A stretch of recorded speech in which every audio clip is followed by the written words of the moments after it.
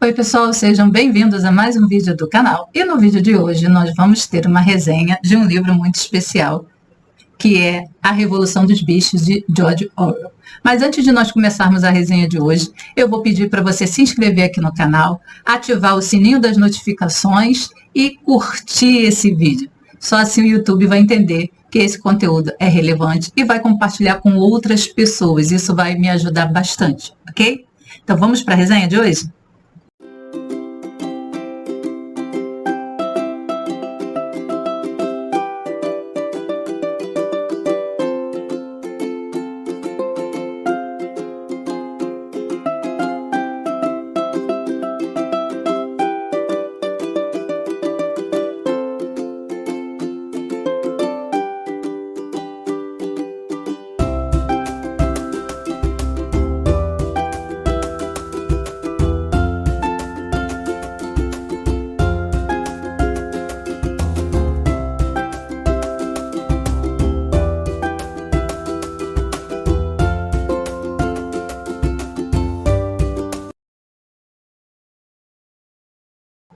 Bem, pessoal, vamos começar a resenha de hoje falando um pouquinho sobre o autor. Quem era George Orwell? Para começo de conversa, o nome verdadeiro dele não era George Orwell. George Orwell é um pseudônimo. O nome verdadeiro de George Orwell é Eric Arthur Blair. Esse é o nome verdadeiro de George Orwell. A profissão dele foram várias, ele teve várias profissões ao longo da vida. Ele foi escritor, ele foi jornalista, ele foi radialista, ele chegou a servir no exército britânico por um tempo. Então, assim, ele teve uma variação e ele transitou por várias profissões antes de se encontrar como escritor. Ele nasceu em 1903 na Índia Britânica. Faleceu em 1950 em Londres. Ele se casou 2 vezes. A última esposa dele, que viveu com ele até o dia em que ele morreu, em 1950, foi a Sonia Orwell. Antes dela, ele teve a primeira esposa, que foi a Ellen Blair. A Ellen Blair ficou casada com ele de 1936 a 1945. Quem eram os pais de George Orwell? O pai de George Orwell era um oficial britânico a serviço da coroa, trabalhando lá na Índia, e a mãe era de origem francesa e filha de um comerciante em Mianmar. Esses eram os pais de George Orwell. Quanto à educação, George Orwell, assim que ele começou a ter uma certa idade, ele foi levado para a Inglaterra para poder ser educado nas melhores escolas de lá. Tá? Então, até uma certa idade, na fase de criança ainda, ele morou na Índia junto com o pai e depois a mãe veio para a Inglaterra trazendo George Orwell para que ele pudesse estudar nas escolas inglesas. George Orwell, desde que começou a estudar, logo demonstrou ser uma pessoa, um rapaz muito inteligente, um menino muito inteligente. Por conta disso, ele ganhou 2 bolsas de estudos em colégios de alto padrão na Inglaterra. Apesar do pai ser um oficial do exército e trabalhar na Índia Britânica, George Orwell, a família dele não era rica, né? Quando ele foi para a Inglaterra, ele morava num bairro, segundo as minhas pesquisas, chamado Sussex. Era um bairro pobre, né, de classe média pobre, na Inglaterra, perto de Londres. E morando nesse bairro, ele começou a estudar e sempre demonstrando muita aptidão para os estudos, muito inteligente. Quando ele terminou os primeiros anos de estudo, ele já passou para essa escola com bolsa, que era uma escola excelente, chamada Eton. Essa escola Eton é uma escola, Eton College. É uma escola muito famosa em Londres, uma escola onde só estuda a nata da elite e através da inteligência de George Orwell, ele conseguiu uma bolsa nessa escola. Para vocês terem uma ideia, ele foi aluno de Aldous Huxley. Aldous Huxley, o autor de Admirável Mundo Novo, era professor no Eton College, onde ele foi estudar. Então, ele teve uma excelente educação lá, e quando ele terminou os estudos, ele não quis fazer a universidade. Ele preferiu seguir a carreira militar como o pai dele, né, no primeiro momento. Então, ele não quis fazer faculdade e resolveu seguir a carreira militar.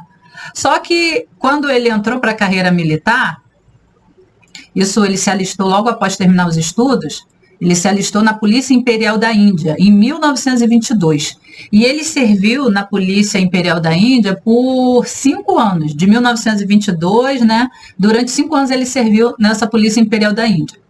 Mas ele ficou muito desiludido, né, com essa experiência que ele teve na Polícia Imperial da Índia, com a forma como o imperialismo britânico tratava as colônias, né?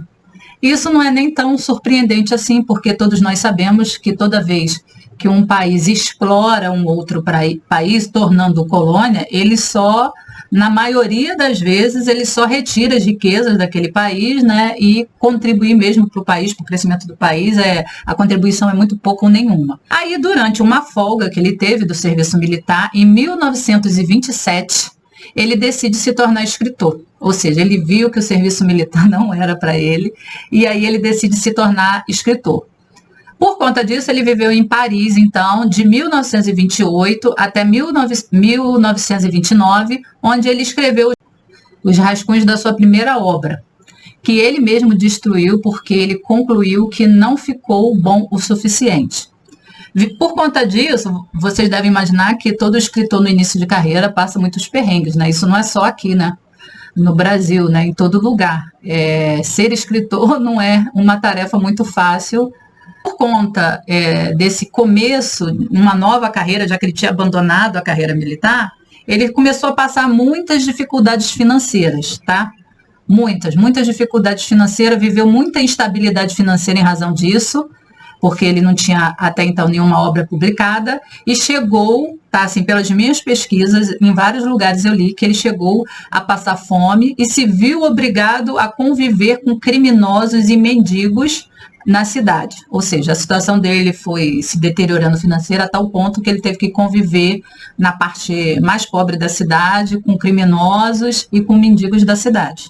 E chegou a passar fome.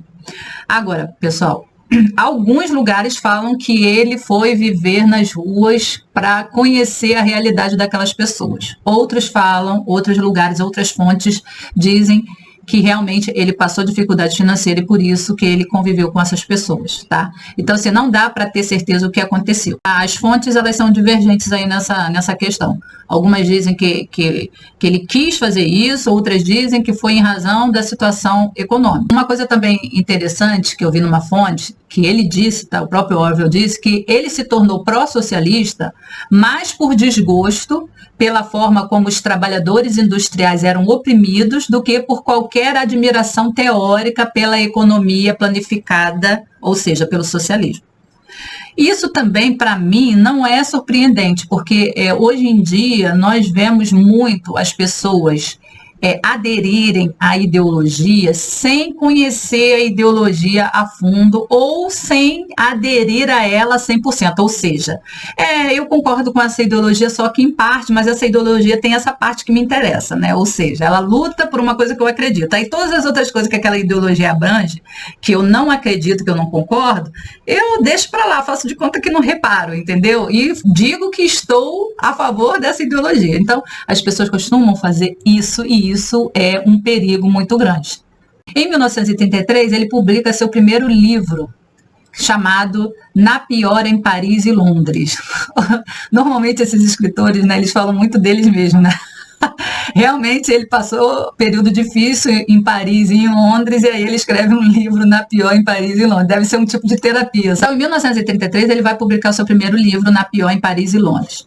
3 anos depois, ele retorna aos conflitos armados, juntando-se a uma milícia trotskista, juntou essa milícia trotskista na Guerra Civil Espanhola e foi atingido por um disparo na garganta, tá? Apesar disso, em razão disso, tá? Ele começa a se decepcionar, né, com essa situação toda, com a guerra, com o que ele viu na guerra, com a exploração do trabalhador. Depois ele vai para a guerra, aí ele vê coisas horríveis lá e ele vai se decepcionando. George Orwell morreu de tuberculose aos 46 anos de idade. O gosto por conflitos e por contestar o poder aproximou Orwell não só da literatura, como também do jornalismo. Então, esse é George Orwell. A Revolução dos Bichos, que é o tema da nossa resenha de hoje, foi publicado em 1945. Ele causou, na época da sua publicação, um desconforto intenso no establishment literário e político. O que quer dizer establishment? Establishment nada mais é do que a elite que manda, quem influencia, quem consegue mudar as leis ou influencia para a mudança de leis, quem realmente pode mudar os rumos de um país. Esse é chamado establishment. Então, causou um desconforto a publicação desse livro, A Revolução dos Bichos, nessa elite inglesa. Por quê? Porque eles perceberam logo de cara que a Revolução dos Bichos era uma sátira, ou seja, uma crítica feroz à ditadura stalinista. E naquela época, nós estamos falando de 1945, nós estamos falando que a Inglaterra estava enfrentando a Segunda Guerra Mundial, e estava enfrentando os nazistas, porque a Inglaterra considerava os soviéticos, né, ou seja, Stalin, como líder lá da União Soviética, eles ainda eram vistos como aliados na luta contra o nazismo. Então, assim, ficou todo mundo naquela... história vai se desenrolar falando sobre os mecanismos de poder, no qual os animais dessa fazenda encarnam o quê? As fraquezas humanas. E essas fraquezas humanas, como pelo menos a maioria das pessoas deveriam saber, porque nós que somos cristãos, nós sabemos que o que eles chamam de fraqueza humana, nós chamamos de pecado, né? Então, as fraquezas humanas são justamente o que vão corroer qualquer ideal ideológico e transformar qualquer ideal ideológico, seja de esquerda, seja de direita, em tirania. Tá ok? Então, assim, não podemos nos enganar. Quando eu li A Revolução dos Bichos, que é a denúncia do que acontece numa sociedade quando se estabelece um governo totalitário, embora a crítica, né, do George Orwell nessa obra seja em relação ao governo stalinista, à ditadura stalinista que acontecia na União Soviética, isso cabe para qualquer viés ideológico, porque o totalitarismo ele acontece em qualquer governo de qualquer viés ideológico. Não apenas em um, até porque as fraquezas humanas são comuns a todos nós. Todos nós temos fraquezas humanas. Todos nós somos tentados por diferentes coisas. E as pessoas que estão no poder, não raramente, a fraqueza dela é justamente manter o poder nas suas mãos. É ter privilégios. Isso é que é a graça, né, do ter o poder, né, para essas pessoas. E isso é que eu acredito que as instituições do governo, da sociedade civil, tem que estar sempre alertas para não permitir que isso aconteça, seja o governo de direita, seja o governo de esquerda.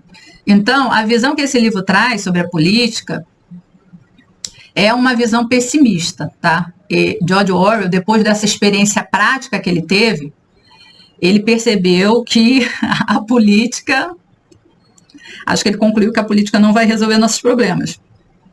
E aí, esse livro ele traz uma visão pessimista da política, essa é a visão de Orwell, ele não tem uma visão positiva da política. Para ele, a política é o lugar onde os homens, na maioria das vezes, se comportam como animais, como feras. Tá? E é isso que você vê na Revolução dos Bichos. A história começa, propriamente dita, fazendo um resumo aqui, a história começa com o porco mais velho da pocilga, que é o Major, fazendo uma reunião na fazenda com todos os animais, e nessa reunião na fazenda, ele vai discursar para os outros animais. Eu queria até ler uma partezinha para vocês. E ele diz assim: então, camaradas, qual é a natureza desta nossa vida? Enfrentemos a realidade. Nossa vida é miserável, trabalhosa e curta. Nascemos, recebemos o mínimo alimento necessário para continuar respirando, e os que podem trabalhar são exigidos até a última parcela de suas forças. No instante em que nossa utilidade acaba, trucidam-nos com hedionda crueldade. Nenhum animal da Inglaterra sabe o que é felicidade ou lazer após completar 1 ano de vida. Nenhum animal na Inglaterra é livre.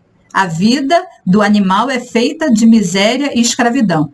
Essa é a verdade nua e crua. Assim, o porco-major começa a primeira reunião convocada por ele dos animais da fazenda. A partir daí se desenrola uma revolução, né? Uma revolução a princípio justa, né? Porque você tem ali os animais reivindicando melhores condições de trabalho, uma melhor alimentação e etc. Então, a princípio, seria uma revolução mais do que justa. Tudo que o trabalhador quer, melhores condições de trabalho, melhores salários, para poder ter o básico, né? Uma boa alimentação, para poder conseguir ter lazer, né? Porque trabalhar para nunca ter uma oportunidade de ter um lazer, né? Um momento para relaxar também, é praticamente uma escravidão. Então, o porco-major começa a história justamente falando sobre a exploração dos animais da fazenda.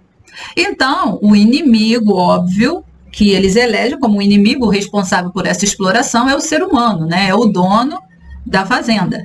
E aí eles começam a implementar os planos para uma revolução, levam a revolução a cabo, a revolução o objetivo é atingido, eles conseguem fazer a revolução, expulsam o dono da fazenda, assumem o poder da fazenda, e aí, o que vai acontecer?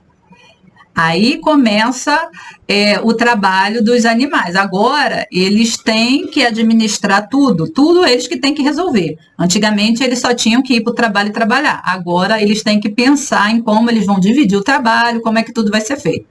Dessa forma, a classe dos porcos, inclusive a escolha de George Orwell por porcos para serem a elite ou o establishment, né, dessa sociedade animal aí, é considerado uma crítica até ofensiva, porque, na verdade, George Orwell chamou Stalin de porco, né, só para começar.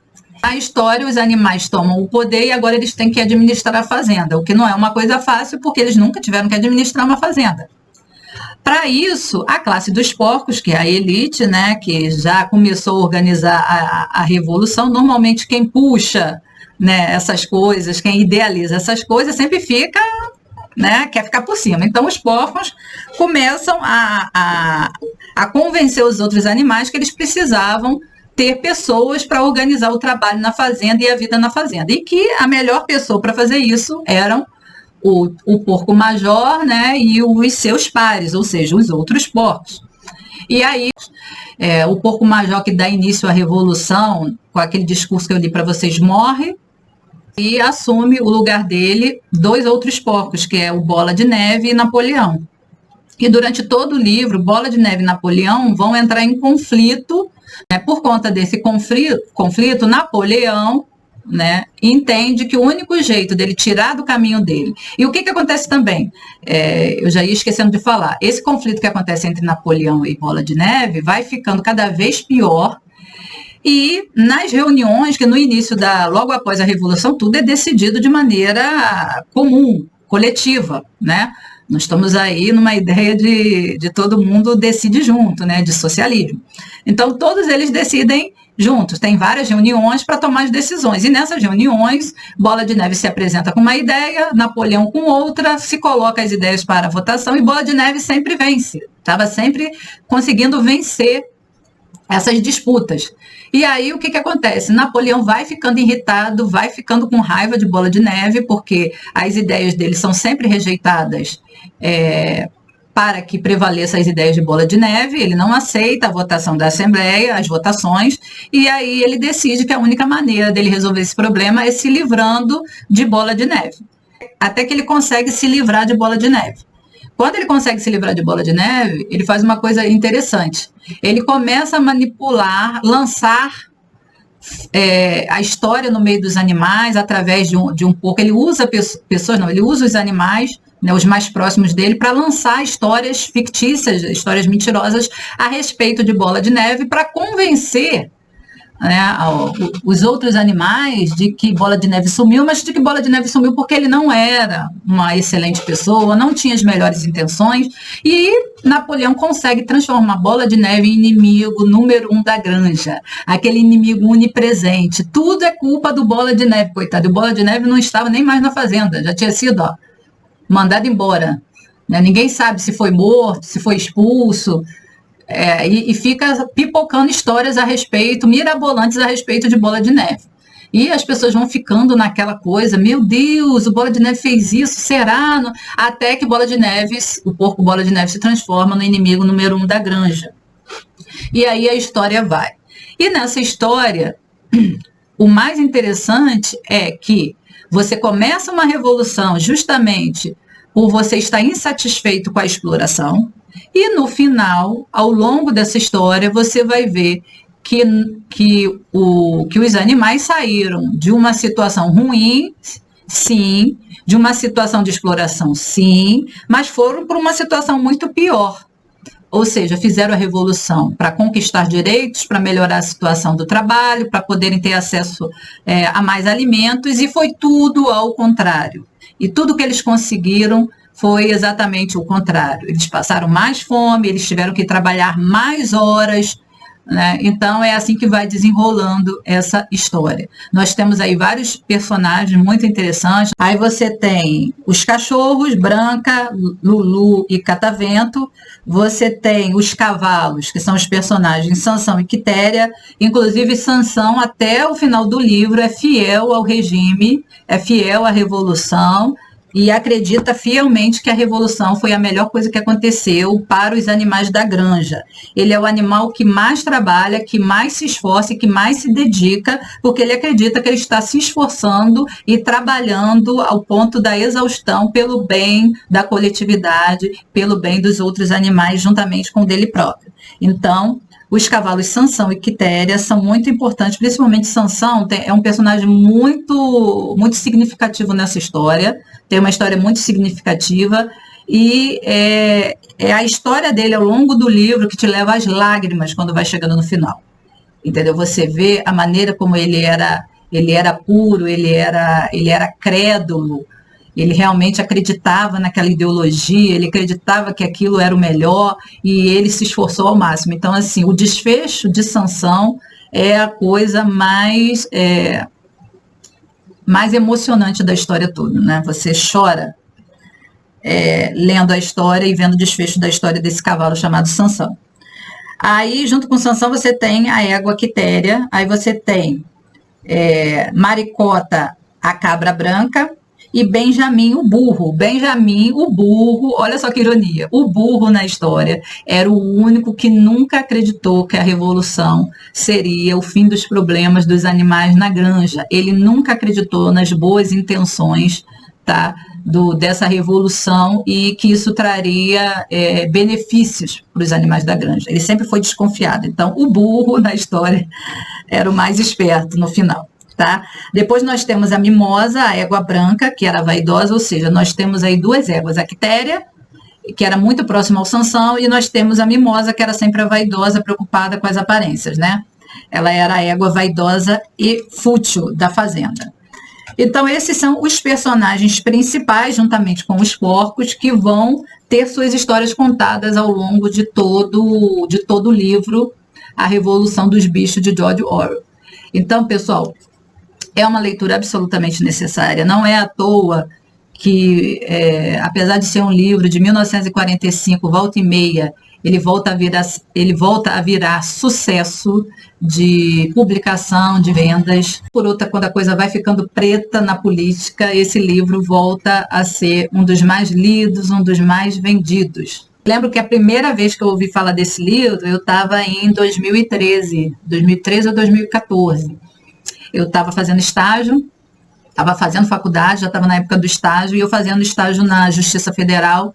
Um colega lá do estágio comentou comigo, perguntou se eu já tinha lido esse livro, a gente falando sobre política, ele perguntou se eu já tinha lido esse livro, eu disse que não, e ele me recomendou a leitura desse livro. Falou assim, você precisa ler George Orwell, A Revolução dos Bichos. E aí, né, na época de faculdade, a gente tem uma carga de leitura muito grande, né, da faculdade, e você fica com pouco tempo para fazer essa leitura. Então, só consegui fazer essa leitura agora, vejam bem vocês, né? Muitos anos depois. Então, eu recomendo a leitura. Eu só não dou nota máxima para esse livro, eu dou nota 4 para ele, entendeu? Porque eu também gostei muito, de 1984, né? Na verdade, essa resenha que eu estou fazendo hoje era para ter saído há muito tempo, só que por um lapso de memória, eu fui lendo outras coisas, fui fazendo resenha. Depois que eu li esse livro, eu já li 1984, fiz a resenha de 1984 e esqueci completamente de fazer a resenha da Revolução dos Bichos. É uma leitura sensacional. Essa leitura aqui, 1984, olha, todo mundo tem que ler. E eu espero você estar na próxima resenha.